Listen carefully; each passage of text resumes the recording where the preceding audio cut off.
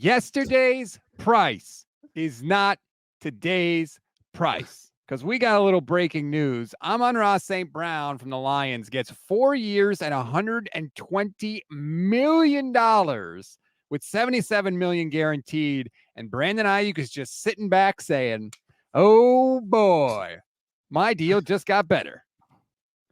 Jeez. So this is all the more reason for the 49ers to trade Brandon Aiyuk. Before we get to like why they should do that, let's hypothesize what Aiyuk and his team are asking for from the 49ers, because it has been reported that the Niners and Aiyuk are very far apart, and we assume that they'll come to an agreement eventually, or some people do. But why would Aiyuk ask for less than $30 million a year if Amon-Ra St. Brown just got it?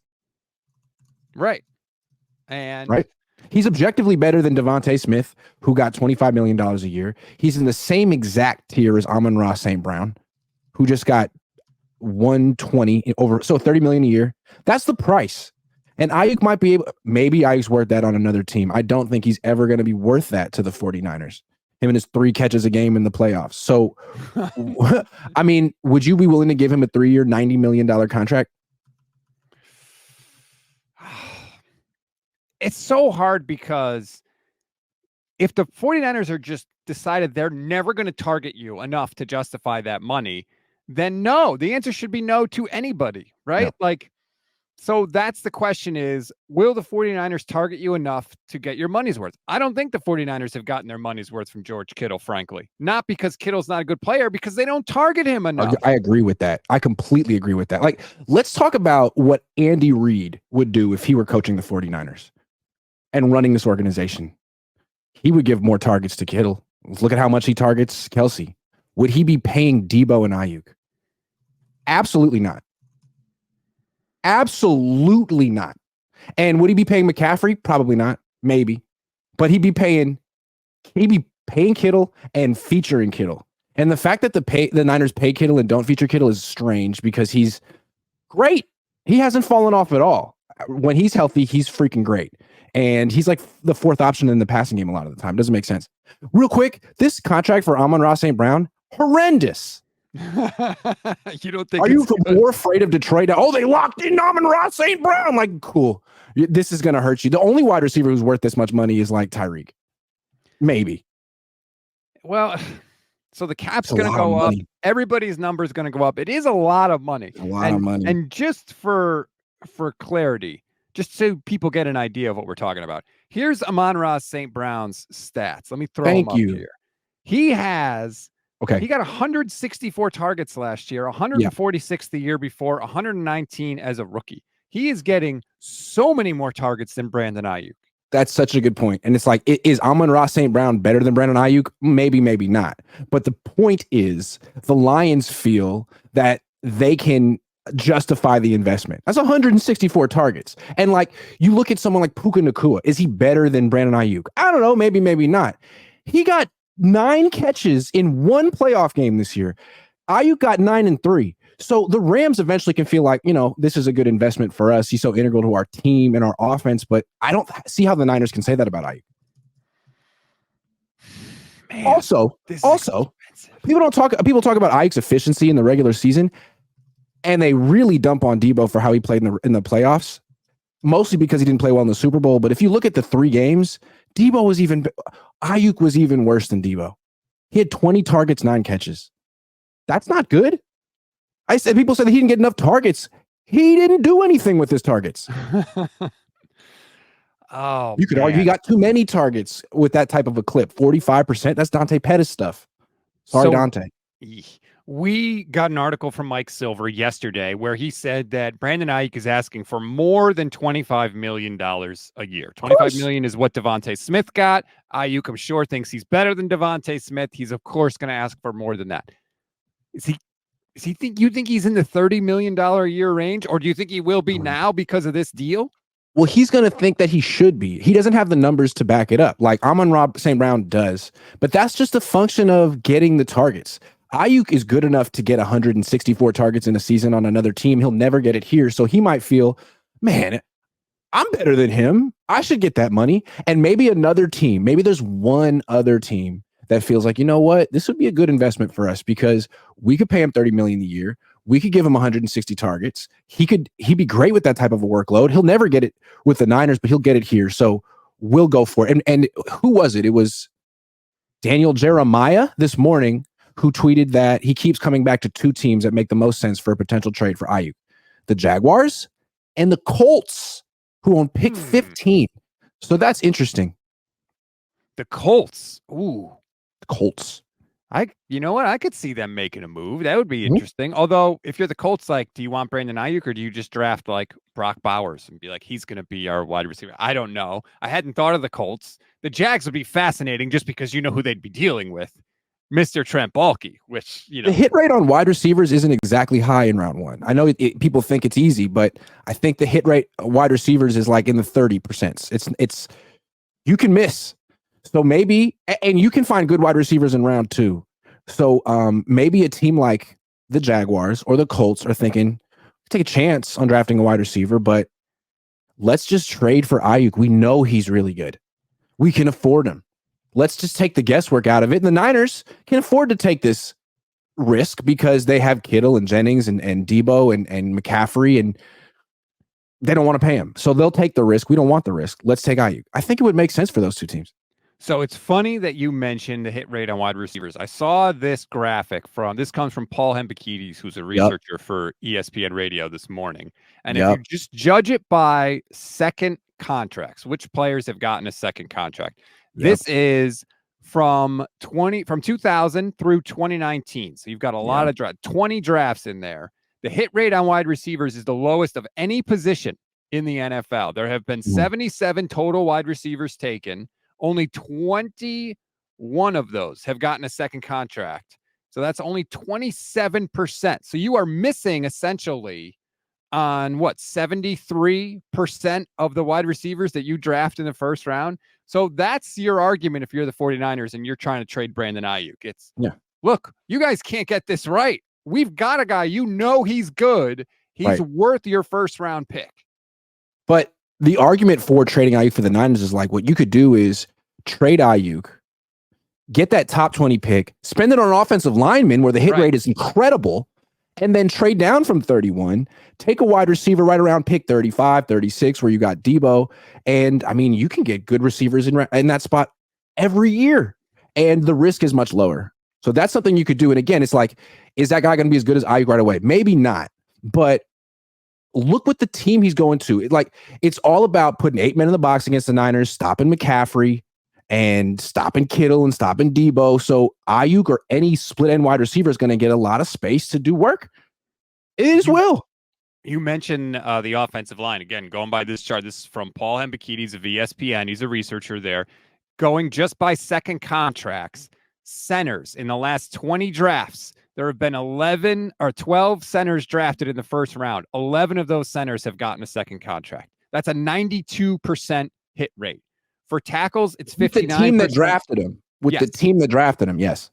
Yeah. For tackles, it's 59%. For guards, it's 50%. So the offensive line, and that is out of position groups, those are 1, 2, and 3 of any other position. So you've had a much better chance of finding a good offensive lineman in the first round over the last 20 years than you do any other position. So your theory of trade Aiyuk and don't necessarily use that pick for a wide receiver makes a lot of sense because you can maximize it. No doubt. I mean, trading Aiyuk 1-for-1 for a rookie wide receiver is really scary. That's what you tried with Buckner. And you're putting that player, I mean, it's not just that you're putting that player in a tough position, but what are the odds?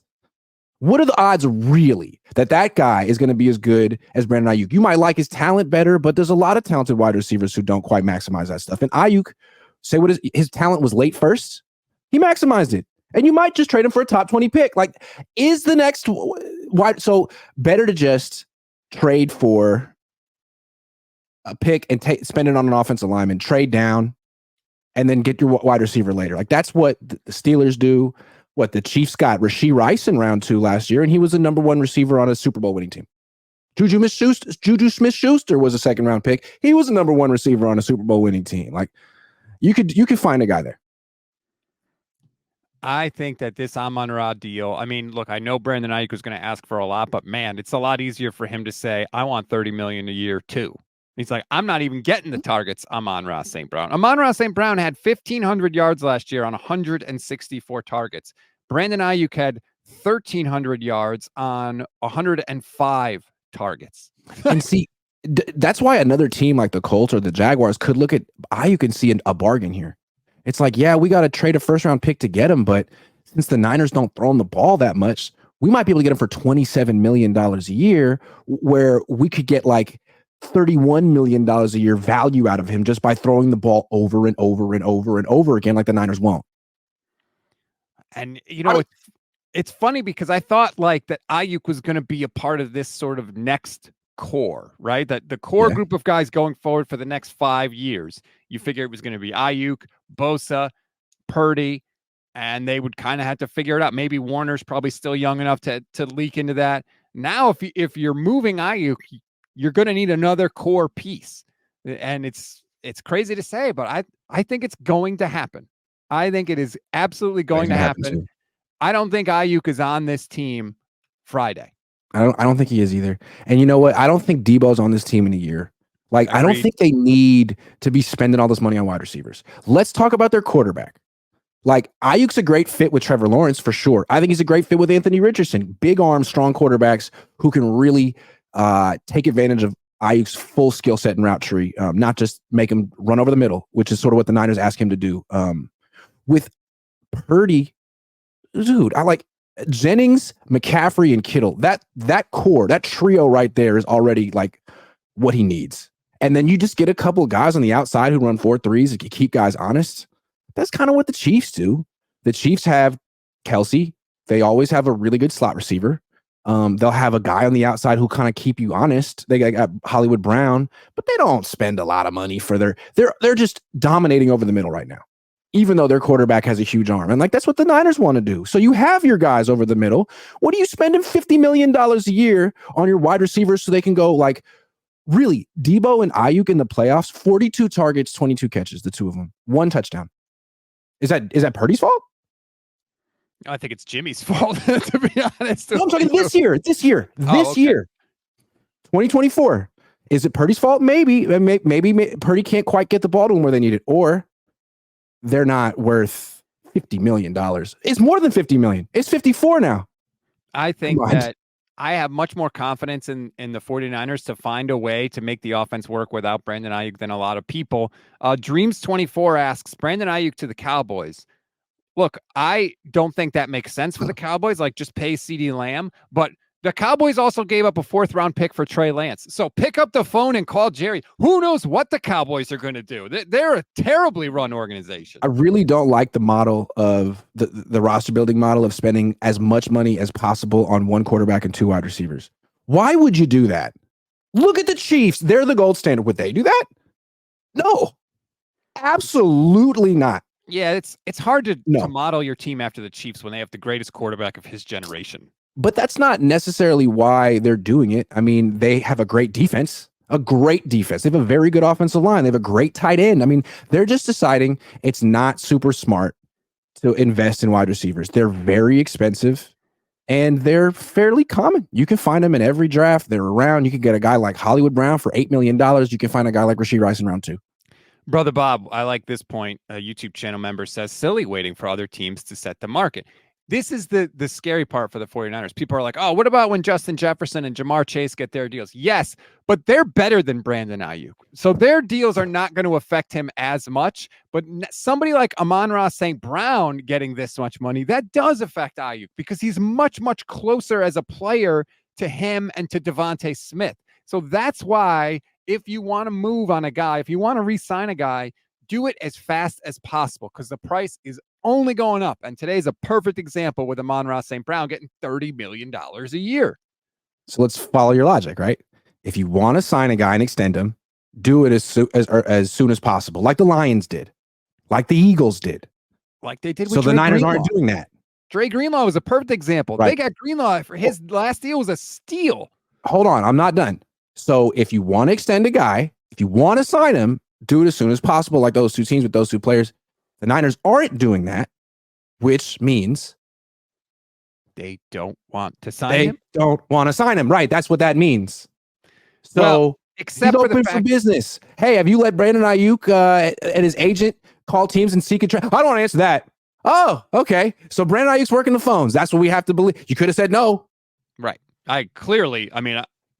That cutting off Mayoko. First, when's the last time Matt Mayoko's question was ever cut off by anybody in the 49ers? First of all. Second of all, the fact that he didn't answer it and he just jumped all over it proves that it's true. Yeah. I've also been hearing from some people that have told me definitely that is the case, that Ayuk's people have been calling around.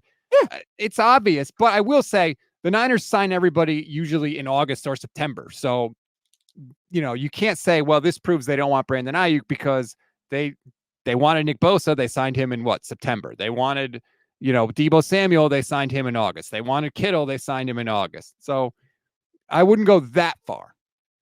No, I just thought it was interesting. Like, first of all, why did Mayoko ask the question? That's a specific question. I didn't expect that from him. Because Florio so wrote about it. He was just throwing it out there? Florio, like, do you think Mayoko was just throwing it out there? It occurred to him? No, Mike Florio wrote about it. There you go. So that's, I think, why. Go. So Florio wrote about it. Mayoko asked about it. He got cut off. You got to think that probably there's something going on there. He's open for business. Now, from the Niners' perspective, if they trade him for pick 15, pick 17, maybe there's one offensive lineman they like in that range. And maybe they'd rather not do the trade if he's not there. Or maybe they want Brock Bowers. I don't know what they want. But it seems like any deal might be contingent on which player is available. On the other hand, yes, they may feel there's no way we're going to give Aiyuk more than $30 million. There's no way he's settling for less. We got to trade him. Because that was the issue with Buckner. They weren't going to go over 20 a year. His ego wouldn't allow him to take less than 20 a year. I don't put it that way. But they were just at an impasse and they knew it. It'd be the same thing here. Brother Bob says, Reed and Mahomes greater than Kyle Levy and Purdy, no comparison. And oh, by the way, if you're one of those Niner fans that wants revenge on Andy Reid and Patrick Mahomes, you're going to get your chance to get it. Because guess what? They ain't going anywhere. The Chiefs just re-signed Andy Reid and Brett Veach to multi-year extensions through 2029. So they ain't going anywhere. Steve Spagnuolo signed an extension after the year. He ain't going anywhere. So they are the roadblock. Can we talk about why the Chiefs are smart for building their team the way they do? And I think it's kind of a cop-out to say, well, they have Mahomes, so don't study what they do. No. By prioritizing tight end and slot receiver, it's an interesting choice. Those are two, you could say, undervalued positions. Slot receivers and tight ends who are elite don't necessarily make a ton of money because they're looked at as less than the elite wide receivers. So they always have a good slot receiver. They always have Kelsey, and everyone else is replaceable. Everyone else. Did they prioritize tight end, or did they draft Travis Kelsey in the second round and end up hitting a really big home run? I mean, it's hard. Once you get a good tight end, you hold on to him and you use him. I think they realize why the Niners don't use Kittle the way he should be getting 150. And that's the thing. So you trade Aiyuk. What they should do, increase Kittle's targets, increase Jennings' targets. Like that's how you. Whoever you trade for, you're not asking them to get 100 targets his rookie year. It's like, no. You be the fourth option. It'd be good. The frustrating thing about the Kittle situation is the year he did get the kind of targets you'd expect was 2018. He got 136 targets, and he set the NFL record for receiving yards by a tight end. So he has shown that he can do that. That's what's holding back his production. It's not skill, it's opportunity. Opportunity, absolutely. Look at Kelsey's targets in his mid-30s in Kansas City. They're more than the Niners give Kittle. It's silly. I really feel like now this is the time to trade Aiyuk, which they will. You could trade Deebo next year, and this offense should really be about Kittle, Jennings, McCaffrey. That's your trio. And frankly, it's a hell of a trio.